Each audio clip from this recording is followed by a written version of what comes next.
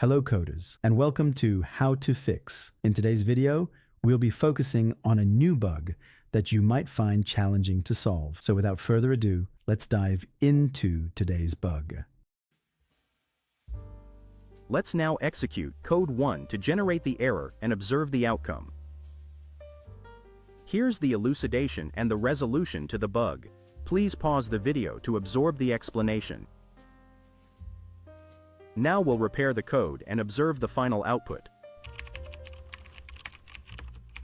And presto, the code works perfectly and our output is just what we anticipated. The bug is no more. That wraps up our video for today.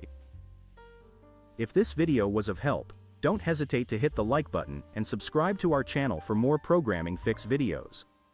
Keep the curiosity alive, keep growing, and happy programming to all.